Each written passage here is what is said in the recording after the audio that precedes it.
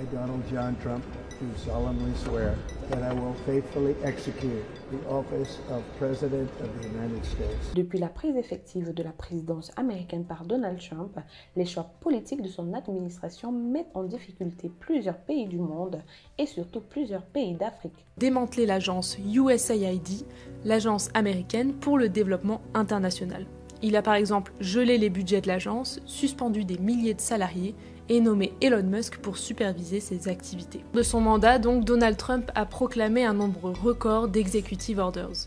Ce sont des décrets présidentiels décidés par lui et lui seul et qui contournent donc tout le processus législatif. Cette fois-ci, suite à l'annonce par Donald Trump d'un élargissement de l'interdiction d'entrer aux États-Unis visant plusieurs pays africains, l'Union africaine a exprimé une vive inquiétude. Par un communiqué, elle dénonce les conséquences négatives de cette décision sur les relations diplomatiques et les liens entre l'Afrique et les États-Unis. La Commission de l'Union africaine a réagi avec fermeté à la décision du président américain Donald Trump d'interdire l'entrée sur le territoire des États-Unis aux ressortissants de 12 pays dont 7 en Afrique. Dans un communiqué officiel publié le 5 juin, l'institution continentale a exprimé sa préoccupation face aux conséquences de cette mesure sur les relations entre l'Afrique et les États-Unis, appelant à un dialogue constructif. La décision présidentielle interdit l'entrée aux États-Unis aux citoyens du Tchad, de la République du Congo, de la Guinée équatoriale, de l'Érythrée, de la Libye,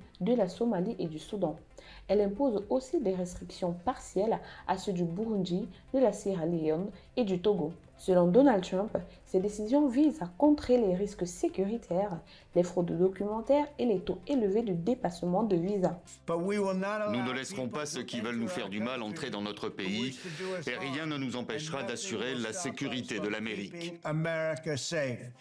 Si des motifs de sécurité sont invoqués, rien n'explique par contre le choix de certains États et pas d'autres. Sur son réseau Truth Social, il affirme que les pays concernés ne permettent pas une vérification fiable des identités et que les restrictions seront adaptées à la menace posée. La Maison-Blanche a déclaré que ces restrictions de bon sens permettraient de protéger les Américains des acteurs étrangers dangereux. Dans une vidéo publiée sur Truth Social, M. Trump a déclaré que la récente attaque terroriste présumée à Boulder, dans le Colorado, soulignait les dangers extrêmes posés par les ressortissants étrangers qui n'avaient pas été correctement contrôlés. Toutefois, le suspect de cette attaque est un ressortissant égyptien et l'Égypte ne fait même pas partie des pays concernés. Des dérogations seront accordées aux personnes ayant la double nationalité, aux athlètes participant à des événements sportifs majeurs tels que la Coupe du monde de football 2026 et les Jeux olympiques d'été 2028 à Los Angeles. L'interdiction de voyager répond à une promesse faite par Donald Trump lors de sa campagne électorale de 2024, mais elle sera probablement contestée devant les tribunaux. Il a signé un décret similaire en 2017 lors de son premier mandat. Il concernait certains des mêmes pays que son dernier décret, notamment la Libye, la Somalie et l'Iran. Les critiques ont qualifié ce décret d'interdiction musulmane car les 7 pays initialement énumérés étaient en majorité musulmane. La Maison-Blanche a revu sa politique et a finalement ajouté 2 pays à majorité non musulmane, la Corée du Nord et le Venezuela. Cette décision a été confirmée par la Cour suprême en 2018. Le président Joe Biden, qui a succédé à Donald Trump, a abrogé l'interdiction en 2021, la qualifiant de tâche sur notre conscience nationale. Dans son communiqué, la Commission de l'Union africaine a rappelé que, bien que chaque pays dispose du droit de protéger ses frontières, ces mesures doivent être équilibrées, fondées sur des preuves et respecter les liens historiques avec le continent. Le texte souligne le risque d'un affaiblissement des échanges humains, de l'éducation, du commerce et de la coopération diplomatique.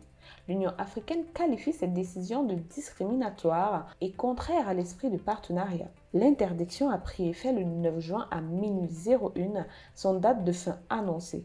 L'Union africaine appelle à une approche consultative et reste prête à soutenir tout effort visant à renforcer la compréhension et la coopération. Le Tchad, pays d'Afrique centrale, a déclaré qu'il suspendait tout visa accordé aux citoyens américains par souci de réciprocité après avoir appris qu'il faisait partie de la douzaine des pays dont les ressortissants sont interdits de voyage aux États-Unis. Le Tchad n'a ni avion à offrir ni milliards à donner, mais le Tchad a sa dignité et sa fierté, a poursuivi le président Mahamat Idriss Déby Itno dans un message publié jeudi dernier sur Facebook. Face à cette situation, l'Union africaine continue d'encourager au dialogue, à la préservation des liens et à la défense des intérêts du continent dans un cadre de respect mutuel et de coopération équilibrée. Plusieurs organisations de défense des droits humains ont également exprimé leur inquiétude, soulignant que cette restriction risquait d'aggraver la stigmatisation des ressortissants africains à l'échelle mondiale. Human Rights Watch et Amnesty International ont critiqué une politique jugée arbitraire,